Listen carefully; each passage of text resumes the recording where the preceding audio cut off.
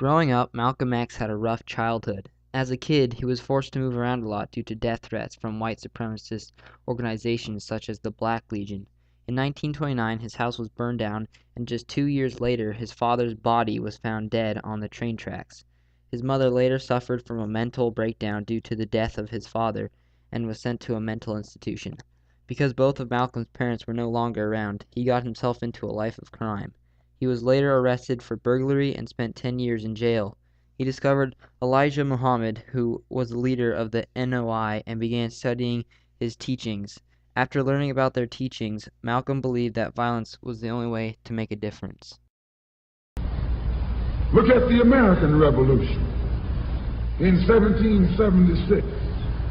That revolution was for what? For land. How was it? Why did they want land? Independence. How was it carried out? Bloodshed.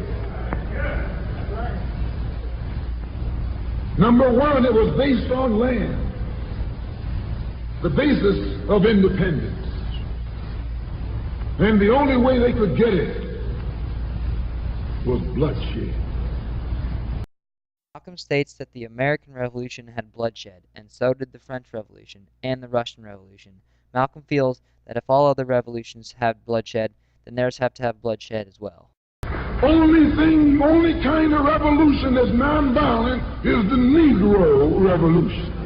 The only revolution based on loving your enemy is the Negro Revolution.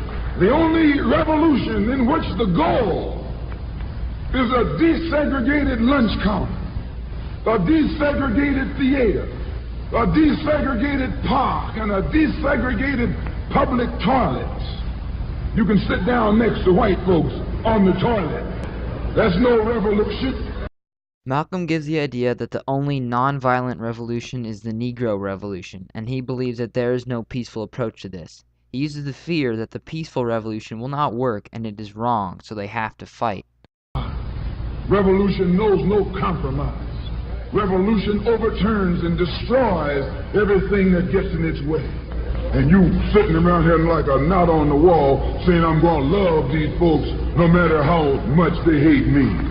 No, you need a revolution. Who ever heard of a revolution where they lock arms, as Reverend Cleage was pointing out beautifully, singing, "We shall overcome"? Just tell me you don't do that in a revolution. You don't do any singing, you're too busy swinging. When Malcolm says, "Whoever heard of a revolution where they lock arms," he is trying to convince people that Martin Luther King Jr. is wrong and what he's doing will never work. Malcolm believed that the only way to make a change was to fight back. He thought that violence was the answer. Malcolm, however, was killed on February 21st, 1965, although his legacy still lives on today.